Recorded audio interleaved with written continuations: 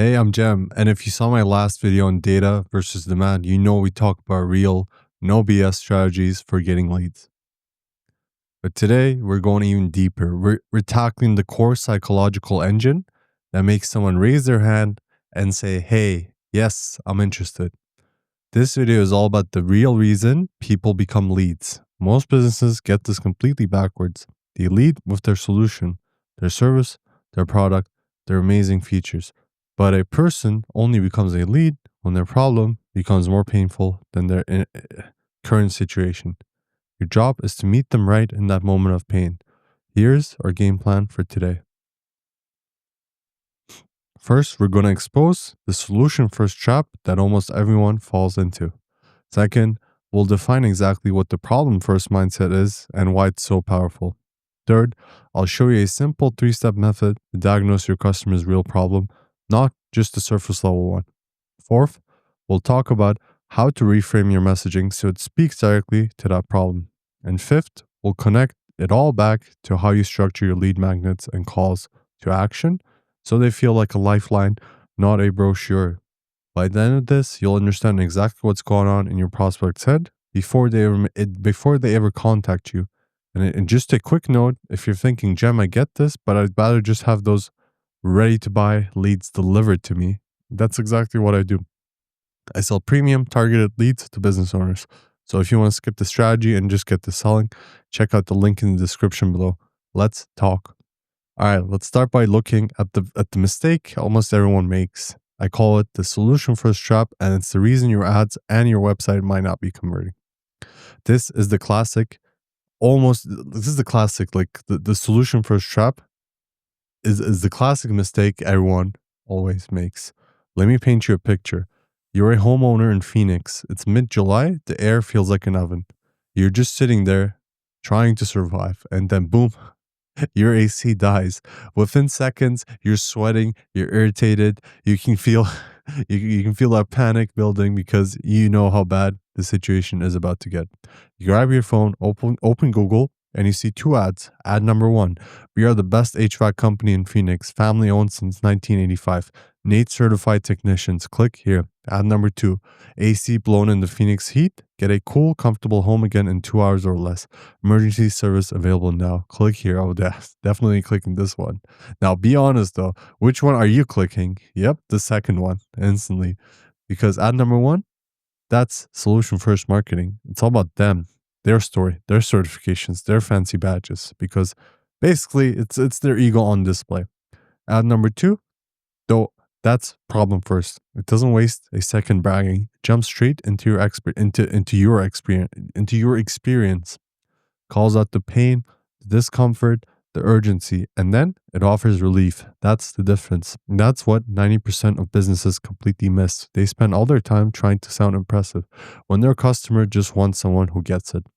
They're sitting there melting in the Phoenix heat, and you're talking about your 1985 family legacy. See the disconnect? That's what happens with so much marketing out there. Websites, ads, captions, even sales calls, they sound like ad number 1. They lead with features, not feelings. They show off logos, not understanding. They focus on themselves, not the pain the customer's feeling. And that's why they get ignored. Because people don't pay attention to what's impressive. They pay attention to what feels relevant. And relevance starts with the problem. So if solution first is the trap, what's the escape route? It's a complete flip in your perspective. Let's define the problem first mindset. Problem first mindset is not about saying the right buzzwords or writing clever copy. It's about becoming genuinely obsessed with your customer's problem before you ever talk about your solution. Think of it like this. Imagine you go to the doctor. You walk into the clinic, sit down, and before you can even describe what's wrong, the doctor goes, "Hey there, I'm Dr. Johnson, and I'm amazing at prescribing antibiotics." You'd be like, "Okay," but you don't even know what's wrong with me yet, right? Like, it makes no sense. A good doctor shouldn't lead with their credentials or treatments. They start with good questions. Hey, they listen. Where does it hurt? How long have you been feeling that way? What makes it worse? They diagnose before they prescribe. And that's exactly how your marketing should work. They don't need to shout louder. You need to listen. You don't need to shout louder either. You need to listen deeper because Here's one of the biggest psychological truths in marketing, and it's a game changer once you really get it. People are far more motivated to move away from pain than to move toward gain. Let that sink in for a second. Most of us think people buy because they want something better, more money, more time, more success. But in reality, they buy because they're tired of the pain of not having it. Let's make this real for a second. Saving money sounds nice, right? But what really drives action is the frustration of seeing $200 disappear every month on subscriptions you don't even use. That sting, that I'm wasting money again moment, that's what makes you finally hit cancel. Or take fitness. Yeah, getting fit sounds cool, but the actual trigger that gets people to start a workout plan is when they can't zip up their favorite jeans anymore, or they feel that little sting of embarrassment at a party photo. That's the real emotional driver. See, when you lead with the problem, when you actually speak to what your audience is already feeling but can't put into words, you instantly create connection. Their brain literally lights up and goes, wait, this person gets me. They understand exactly what I'm dealing with. And in that moment, boom, you've earned their attention because people don't connect with perfection. They connect with understanding. And once they feel understood, that's when attention turns into trust. And trust, that's the doorway to every sale you'll ever make. And that's the only doorway. When someone feels like you get their struggle better than anyone else, you automatically become the person they trust to fix it. That's the heart of the problem first mindset. It's empathy before expertise, understanding before offering, connection before conversation, before conversion. And when you start showing up that way in your marketing, everything changes. Your copy feels different, your ads sound human, your leads come in warm, not skeptical. Because now you're not some random business trying to sell something. You're the person who finally gets it. Okay. So we need to be obsessed with the problem. But how do you actually how how do you actually find that deep emotional problem? You can't just guess. And that's our next step to discuss. And people do this all the time. They create artificial problems that business owners don't even face. So don't do this. Do your research. Let's talk about it now. Most people think they know the problem, and a lot of people don't. They they take whatever the customer says at face value and just build their whole message around that. But that's a rookie mistake because what people say is rarely the thing that's truly keeping them up at night. It's just the tip of the iceberg. And if you only ever talk to that surface level problem, your message will always sound generic. It'll sound like every other ad, every other coach, and every other offer out there. So what you want to do is dig deeper. You want to find the real pain, the emotional core that's actually driving their decisions. And to do that, I've got a super simple 3 step method that I use all the time. It's not complicated, but when you do it right, it changes everything about how you write, talk, and sell. Let's break it down. Identify the surface problem. This is the easiest one. It's what people say out loud. Let's say you're a business coach who helps small business owners who are already somewhat established, but they hit a plateau.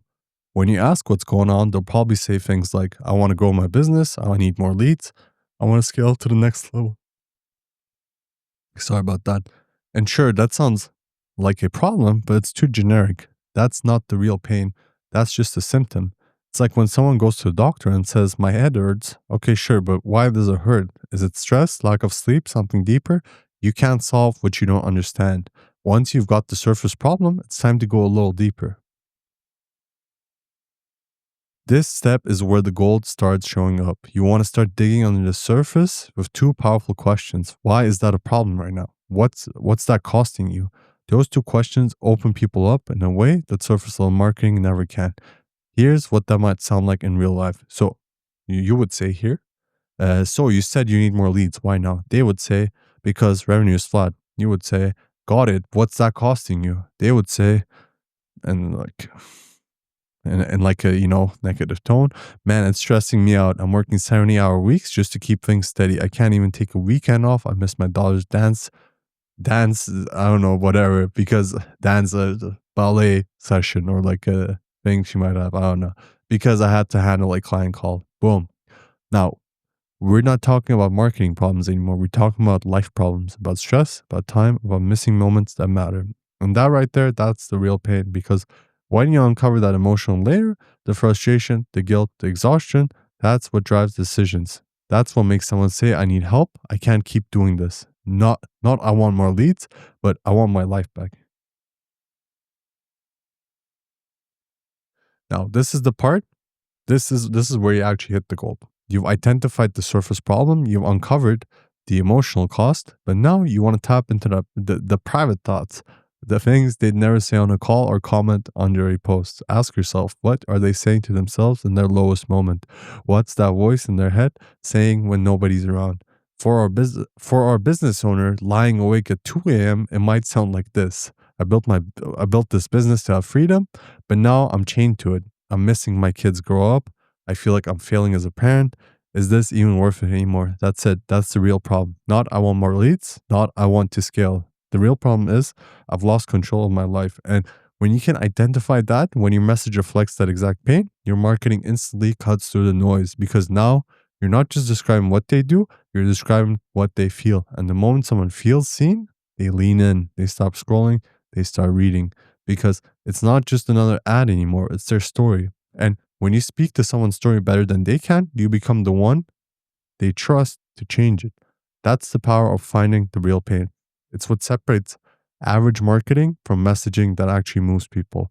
Now, you've done the hard part. You've uncovered the real emotional problem behind what your audience says. You know exactly what's bothering them at 2 a.m. You know what's making them feel stuck, frustrated, guilty, or burned down. Now, the big question is, how do you talk about it? So let's talk about how to reframe your messaging to resonate with that pain.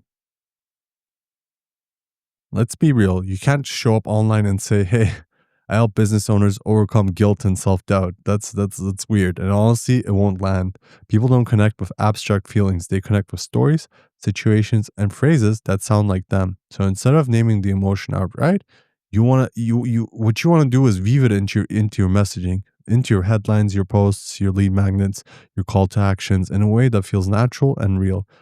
Let's walk through what it looks like. Let's go back to our example. The business coach who works with small business owners who are stuck. Their old solution first headline probably looks something like this: Business growth coaching to scale your company. And sure, it's fine, but it's also boring. It's forgettable. It's just floating out there in a sea of other business coaches saying the exact same thing. Now, here's what it looks like when you flip it into the problem first messaging. Tired of being a slave to your business? Get your time, freedom, and family life back. Boom, you feel that? That hits different because it's no longer about the service, it's about the struggle. It speaks to what that business owner feels in their gut every day. Mirrors the exact frustration they whisper to themselves when they're overworked and running on fumes. That's what makes someone stop scrolling and go, wait, that's literally me. And here's where it gets fun. Once you understand this shift, you can apply it everywhere. Let's say you're posting on social media. Instead of writing 5 tips to grow your business, which, let's be honest, sounds like every other entrepreneur tips out there, try something like 3 myths keeping you chained to your desk and how to break free. That is so much better. Now, you're not just offering tips, you're calling out their pain. You're describing the problem they already feel but couldn't quite articulate. That's how you get engagement. That's how you get saves, shares, and DMs that start with, wow, this hit home. Or take your lead magnet, for example. Most people create something like the ultimate business growth guide. That sounds fancy, but also kind of flat. Doesn't make me feel anything. Now flip it to the get your weekends back checklist. Instantly more emotional, right? Because it's not about growth anymore. It's about relief. Relief from exhaustion, relief from the grind, relief from missing family dinners or constantly being on. That's what people really buy. Not products, not features, not even goals. They buy relief from pain. They buy peace of mind. They buy control back. They buy the feeling of finally being able to breathe again. That's what the problem first mindset helps you do. It shifts your entire message from here's what I sell to here's what you'll finally feel free from. And when you write it like that, your audience doesn't just see your offer, they feel it. That's the difference between that's nice and I need this. So the next time you're writing your headline, caption, or offer, ask yourself, am I describing my product or am I describing their pain? If it's the latter, congratulations. You're already speaking the language that actually gets through. Because great marketing doesn't sound like selling, it sounds like understanding. Finally, let's connect this directly to the moment someone becomes a lead. How does a problem first mindset transform your lead magnets and CTAs? Simple.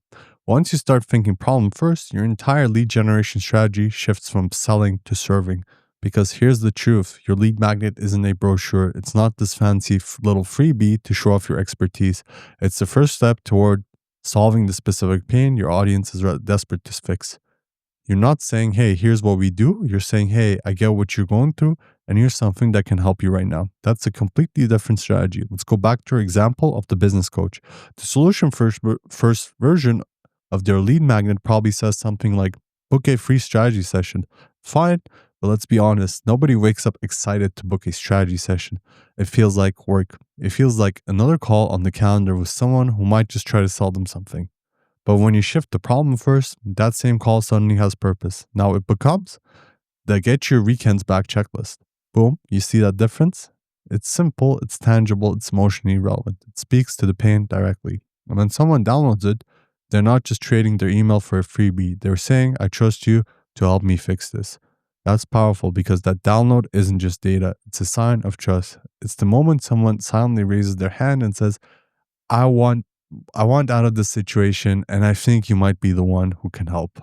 Even your CTA buttons change when you think this way. Most businesses use these cold robotic phrases like download now, learn more, sign up. But the problem for marketing flips that on its head. Now your CTA feels personal, emotional, human. Instead of download now, try, yes, I want my weekends back, and that is great. It's not just a button anymore. It's a micro commitment, a little moment of empowerment, because that person isn't clicking a link. They're trying to say yes to change. They're saying yes to relief. And that's the problem for marketing. That's what it does. It transforms your entire approach from please give me your contact info to I understand what you're going through. Here is your way out. When you make that shift, you stop chasing leads, you start attracting people who are already searching for someone who understands them. And that's the sweet spot. That's where leads start coming in naturally because your messaging feels like help, not a pitch. Let's wrap this up with a quick recap. The trap. Stop leading with features. Stop bragging about what you do. Nobody cares about your award-winning team if they don't even feel seen. The mindset. Obsess over your customer's problem before your solution. The diagnosis. Use the 3-step method. Identify the surface problem. Dig deeper with why and what's that costing you and uncover the real emotional pain beneath it. The messaging. Reframe everything you write so it speaks to the pain. You're not describing your offer, you're describing the relief it brings. The lead. Make your offers feel like a lifeline, not a pitch. Give people something that helps them take that first, hopeful step towards fixing what hurts. When you do this, something beautiful happens. You stop chasing people. You stop begging for attention. You stop feeling like you have to convince anyone. Instead, people start coming to you because they feel understood, and people don't buy from the best marketer. They buy from the person who gets them. And hey, if you're watching this and thinking, Jem, this all makes total sense. And honestly, I just want this done for me. And I want a consistent stream of qualified, ready to buy leads coming in without doing all the heavy lifting. That's literally what I do. I help business owners get a steady pipeline of pre-qualified leads so you can focus on what you do best, serving your clients and scaling your business. If that's where you're at, the link's in the description. You can apply for a quick chat and we'll see if it's a fit. And hey, before you go, if this video helped you, please do me a small favor. Hit that like button, drop a comment telling me your biggest takeaway, and subscribe if you want more no fluff, psychology-backed marketing strategies like this one. Thank you so much for watching. I'm Jem, and I'll see you in the next one.